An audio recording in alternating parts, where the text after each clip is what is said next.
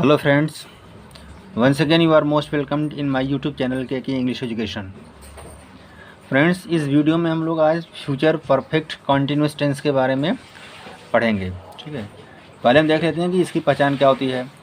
अगर हमें कोई हिंदी सेंटेंस दिया हुआ हो और हिंदी सेंटेंस के लास्ट में रहा होगा, रही होगी, रहे होंगे, रहा होगा इत्यादि शब्द आए और साथ ही साथ उसमें समय भी दिया रहे तो हमारा sentence future perfect continuous tense में होता है। इसमें हम helping verb shall have been और विल हैव बीन यूज़ करते हैं और वर्ब अपने आईएनजी फॉर्म में होती है। टाइम के लिए हम सिंस और फॉर यूज़ करते हैं। पॉइंट ऑफ टाइम के लिए सिंस और पीरियड ऑफ टाइम के लिए फॉर यूज़ करते हैं। ठीक है, अब देखते हैं कि अफर्मेटिव सेंटेंस में इस सेंटेंस का कंस्ट्रक्शन कैसे होता है। तो पहले हम सब्जेक्ट लिखेंगे सेंटेंस में, उसके बाद सब्जेक्ट के अकॉर्डिंग, मतलब अगर हमारा सब्जेक्ट आई और वी होगा तो हम शैल हैव बीन यूज़ करेंगे। ठीक है, आई और वी होगा तो शैल हैव बीन यूज़ करेंगे। और आई और वी के अलावा हमारा कोई दूसरा सब्जेक्ट होगा, मतलब कि बाकी सबके साथ रेस्ट के साथ हम विल हैव बीन यूज़ करते हैं। रेस्ट में हमारा क्या क्या आएगा, जितने हमारे थर्ड पर्सन के प्रोनाउंस है, जैसे ही, शी, इट, और सेकंड पर्सन का प्रोनाउन यू, साथ में दे, और हमारे जितने भी नेमिंग वर्ड्स हैं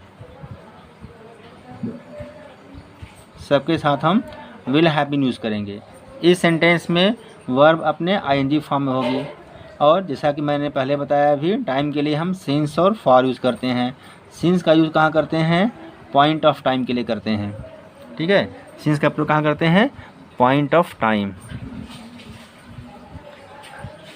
और फॉर का यूज़ हम कहाँ करते हैं? For period of time. ठीक है, इस तरह से।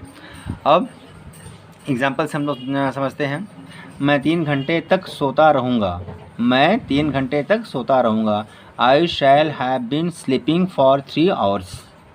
वे 2 घंटे तक पढ़ते रहे होंगे। They will have been reading for 2 hours. फिर एक एग्जाम्पल और देखते हैं। वह इस कार्यालय में 5 वर्ष तक कार्य करता रहेगा।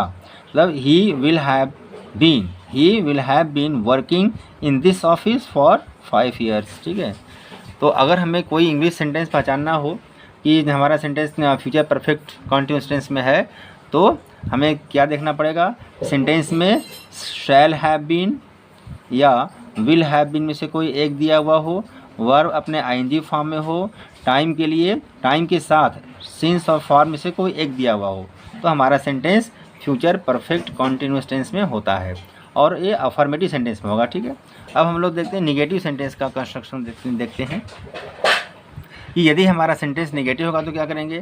पहले सब्जेक्ट लिखेंगे, उसके बाद शैल हैव बीन और विल हैव बीन के बीच में हम नॉट यूज़ कर देते हैं। ठीक है, शैल हैव बीन और विल हैव बीन के बीच में नॉट यूज़ कर देंगे। फिर वही प्रोसेसिंग वर्ब अपने आईएनजी फॉर्म में होगी। टाइम के लिए सिंस और फॉर यूज़ करेंगे। ठीक है, जैसे एग्जांपल देखिए, कुछ मिनटों से वह लड़की नहीं गा रही होगी। ठीक है, तो that girl will not have been singing for a few minutes. वह 2 घंटे से बिल्कुल नहीं पढ़ रहा होगा। He will not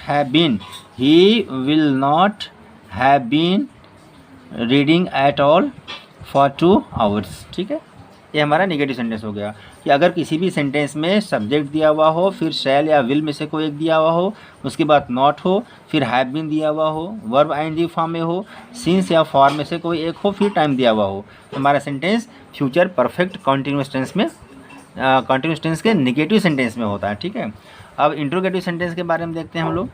interrogative sentence का कंस्ट्रक्शन कैसे होता है? यदि हमारा sentence yes or no type का होगा, और एस आर नो टाइप का जो है सेंटेंस कब होगा? जब हमारा सेंटेंस जो हिंदी वाक्य जो होगा उसमें कोई भी जो हमारा इंट्रोगेटिव सेंटेंस है अगर वह प्रश्नवाचक वाक्य से प्रारंभ हो तो। ठीक है, जैसे कब, क्यों, कैसे, कहाँ वाक्य के प्रारंभ में आ जाए। ठीक है, वाक्य के शुरू में आ जाए, तो हम इस पैटर्न को फॉलो करेंगे। पहले हम सेंटेंस में शैल या विल लिखेंगे सब्जेक्ट के अकॉर्डिंग। फिर अगर सेंटेंस हमारा नेगेटिव दिया हुआ है, मतलब कि प्रश्नवाचक और नकारात्मक दोनों है, तब तो हम यहाँ पर नॉट भी लिख देंगे, अदरवाइज छोड़ देंगे। ठीक है, फिर सब्जेक्ट के तुरंत बाद हम हैव बीन यूज़ कर देंगे, फिर वर्ब की आईएनजी फॉर्म, फिर टाइम के अकॉर्डिंग सिंस या फॉर में से कोई एक होगा, लास्ट में टाइम दिया होगा और क्वेश्चन मार्क दिया होगा, तो सेंटेंस हमारा फ्यूचर परफेक्ट कॉन्टिन्यूस टेंस का इंटरोगेटिव सेंटेंस का प्रश्नवाचक वाक्य होगा, मतलब कि मैंने इंटरोगेटिव सेंटेंस होगा, सॉरी। अब देखते हैं जैसे एग्जाम्पल देखिए, क्या वह इस नगर में 3 वर्ष से रह रहा होगा, ठीक है। तो क्या पहले आ गया है, तो पहले हम क्या करेंगे, वह के अकॉर्डिंग हम हेल्पिंग वर्ब लिखेंगे विल, फिर सब्जेक्ट ही, फिर हैव बीन, फिर living in this city for 3 years, ठीक है। अगर हमारा जो सेंटेंस है उसमें प्रश्नवाचक शब्द अगर वाक्य के बीच में आ जाए तो क्या करेंगे, पहले हम उस प्रश्नवाचक शब्द की इंग्लिश लिख देते हैं, फिर सब्जेक्ट के अकॉर्डिंग शैल या विल में से कोई एक लिखेंगे। अगर वहीं प्रोसेसिंग फिर अगर नॉट दिया होगा तो नॉट यूज़ कर देंगे, अदरवाइज छोड़ देंगे। फिर हैव बीन यूज़ करेंगे, फिर वहीं वर्ब की आईएनजी फॉर्म, फिर टाइम के अकॉर्डिंग सिंस या फॉर, फिर लास्ट में टाइम, फिर लास्ट में जो है क्वेश्चन मार्क पुट कर देंगे, ठीक है। इस प्रकार से हमारा इंटरोगेटिव सेंटेंस का के प्रश्नवाचक वाक्य का पैटर्न पूरा हुआ। जब हमारा सेंटेंस में प्रश्नवाचक शब्द वाक्य के बीच में आया हुआ होगा तो, या तो हम दूसरे भाषा में इसको ऐसे बोल सकते हैं कि हमारा डब्ल्यूएच टाइप का इंटरोगेटिव सेंटेंस होगा, तो इस तरह से उसका पैटर्न होगा। एग्जांपल देखिए, 2 घंटे से कुत्ते क्यों भौंक रहे होंगे, ठीक है। अब क्यों यहाँ पर बीच में आया हुआ, तो इस पैटर्न को फॉलो करेंगे। पहले हम क्यों की इंग्लिश लिखेंगे व्हाई, फिर सब्जेक्ट के अकॉर्डिंग हम हेल्पिंग वर्ब विल, फिर the dogs have been barking for 2 hours, ठीक है। इस तरह से हमारा सेंटेंस जो है ये कंप्लीट होता है। और हमारा ये फ्यूचर परफेक्ट कॉन्टिन्यूस टेंस का ये पैटर्न, ये अफर्मेटिव सेंटेंस का पैटर्न पूरा हुआ, ठीक है। और ये हमारा नेगेटिव सेंटेंस हुआ है, और इस तरह से हमारा इंटरोगेटिव सेंटेंस के दोनों पैटर्न हमारे पूरे हो गए।